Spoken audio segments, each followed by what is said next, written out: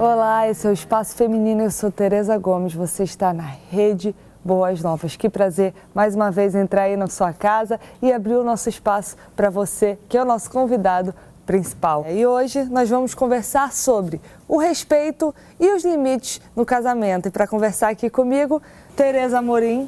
Na verdade, eu não ia dizer minha xará, mas eu que sou xará dela, né? Então, Tereza é psicóloga e diretora do Instituto Carioca de Gestalt Terapia. Isso mais mesmo. Uma vez também bem-vinda. Tá bom, eu que agradeço mais uma vez aqui o convite. Quais os pontos essenciais para estabelecer limites no casamento?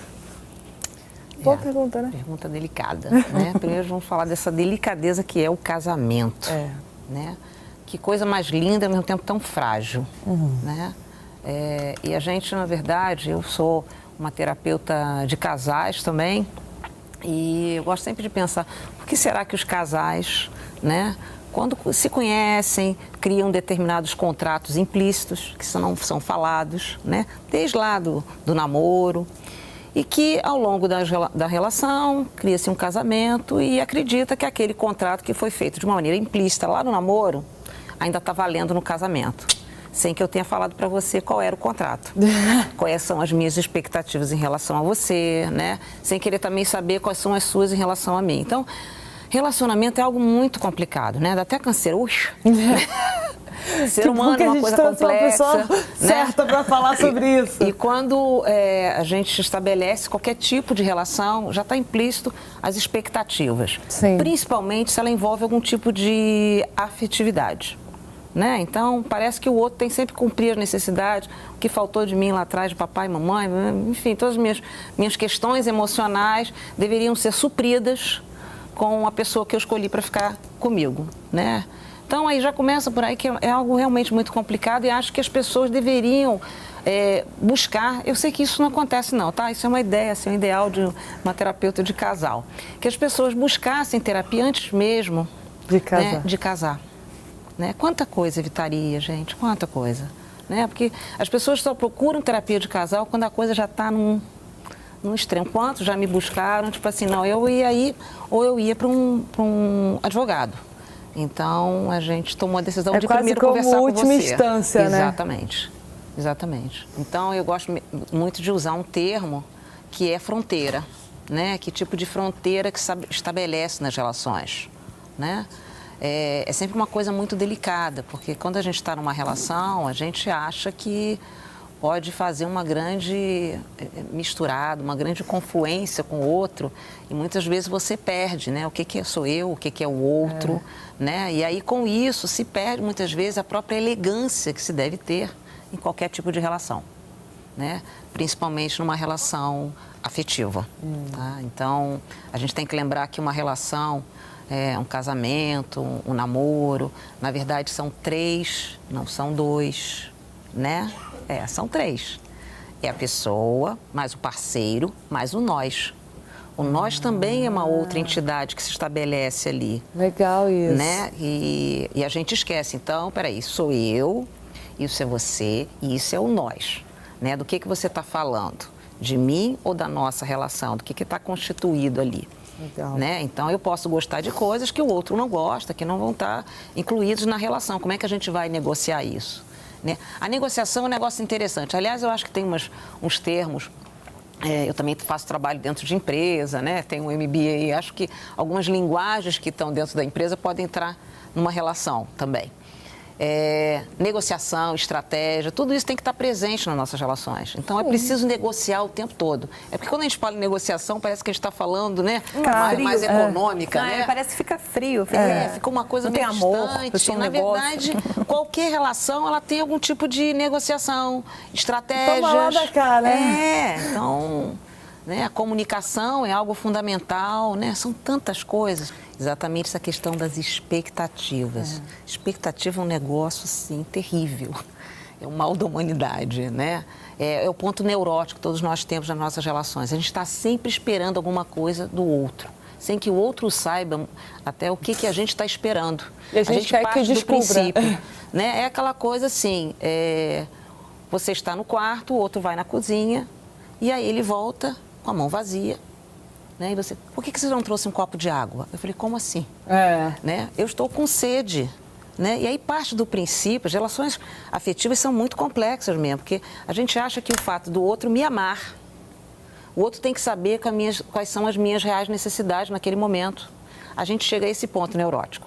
Né? E não pode dizer que ninguém chega, porque todo mundo chega mesmo, entendeu? E isso a gente descobre, é o dia a dia.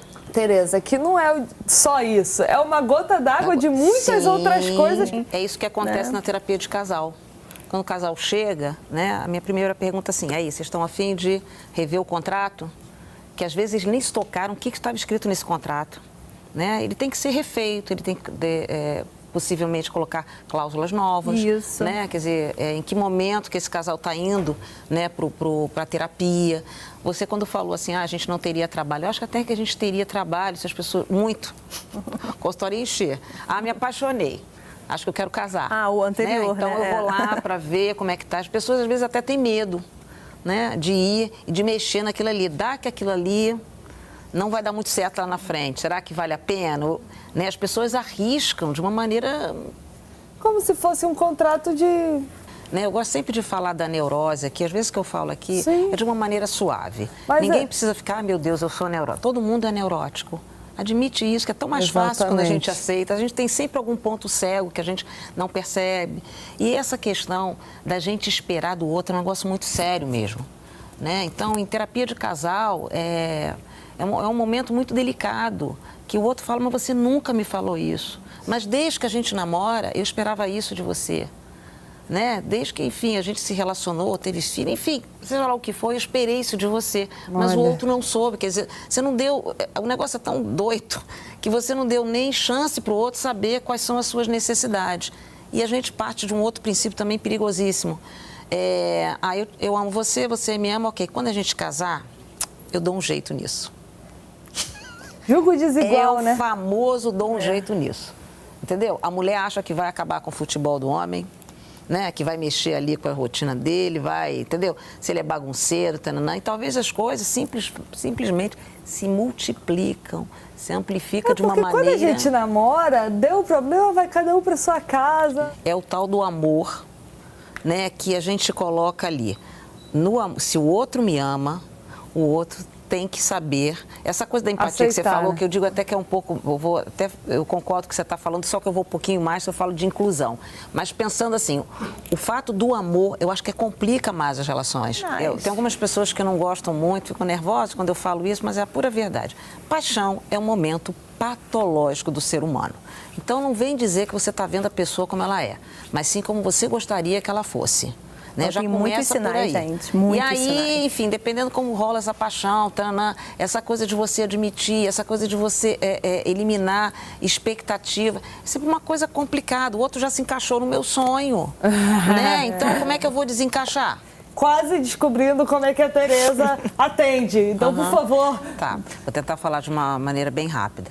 Na verdade, quando um casal chega, ele espera que sente no sofá e olhem para mim e comecem a fazer queixa um do outro, né? E eles ficam completamente frustrados nessa hora e começam até a rir, dependendo da situação, porque eu coloco o casal um de frente para o outro. Então, a partir daquele momento, eles não vão falar comigo, eles vão falar um para o outro, né? Então, vão falar em cima de todas as expectativas. E aí, claro, eu vou estar conduzindo isso, mas eu vou, em vez dele falar da Maria, eu quero que você fale para Maria o que você sente, o que você espera, como está o casamento hoje. Né? E é interessante que muitos casais chegam e digam assim, mas a gente já faz isso. Mentira, não faz nada. Vocês ficam dentro de casa, o telefone toca... Entendeu? O cachorro, as crianças, enfim, tem um bando de estímulo que impede o casal de ficar. E ele fica comigo dentro do set terapêutico durante 45, 50 minutos. Né? Tendo que olhar um para o outro e falar verdadeiramente sobre os seus sentimentos. Né? E só de olhar já é um tabu danado. Já é uma coisa assim, é uma coisa difícil, não, tipo mas assim, é muito linda, é muito linda. E tem que existir, porque quando a gente não olha, a gente está de frente para o médico, não está olhando para o cara, a gente vai jogar insultos que a gente... Então, desde coisas assim, até de declarações de amor. Então, eu digo assim, o que você quer dizer para Maria? Você quer dizer para Maria, então, o que eu sinto por você hoje, Maria, né? Então, amor, o que eu mais gosto de você. Então, na verdade, a ideia é se trabalhar um pouco as expectativas e resgatar o amor que foi perdido, né? Agora, a princípio, é difícil mesmo, né? Ficar um na frente do outro. E agora, o que a gente faz? Doutora, E para tirar alguma todos coisa, querendo né? me olhar assim, doutora, o que eu faço? Eu vou pedir para você virar para o outro, né? Que funciona de uma maneira linda, funciona, né? Basta saber, tem que saber conduzir isso bem, né? Mas assim, eu amo esse tipo de atendimento. Porque a gente tem uma ideia de que vida é algo cristalizado, né? A vida é movimento o tempo todo e as coisas vão estar mudando. É engraçado a gente estar falando com esse tema, porque chegou esse tema para mim ali no camarim, eu falei, o respeito e os limites entre o casamento. Cara, o que eu vou falar? Não porque eu sou nada especial, mas porque o que funciona para mim não é o que funciona para Paula, não é o que funciona para Tereza, não é o que funciona para ele. Então, não existe, faz isso que tem 100% de chance de dar certo. Não sou eu que determino o que é melhor para esse casal.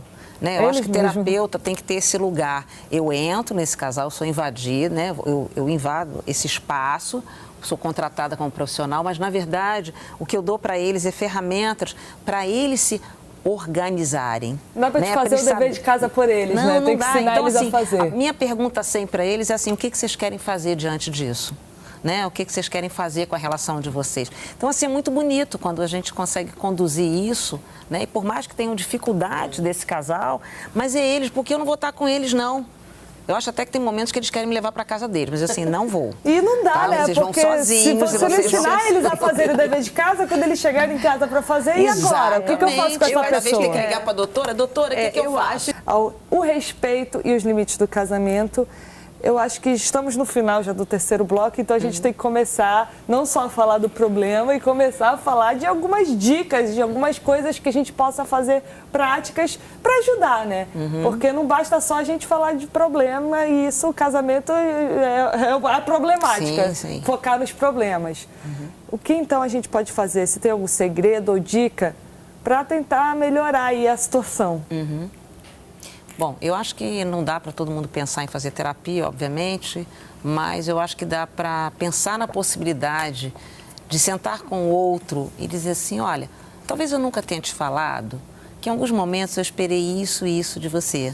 Né? E às vezes até isso é difícil de falar. Né? Mas uma coisa às vezes simples, que você pode se capacitar e dizer assim, e o fato de você não ter feito me soou como se você não me amasse.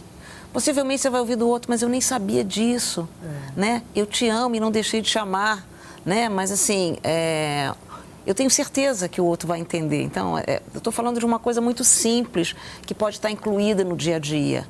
Comece a se comunicar, a se capacitar a falar, né, para o outro. E essa coisa de expectativa, eu acho que vale para todas as relações. Né? Eu acho que elas são sempre mais engessadas, mais delicadas para uma relação afetiva, mas é possível se falar para o outro, é preciso falar, né? Às vezes existem relações, né? Você falou aí, relações, você estava falando do seu pai, relações longas, 50 anos, 60 anos, mas às vezes elas também são lotadas de ressentimento, né? As pessoas às vezes elas continuam juntas, mas elas continuam muito ressentidas, né, com coisas do casamento, porque quando se junta sempre se espera que o outro corresponda às expectativas. Eu acho que a dica que eu deixo é essa.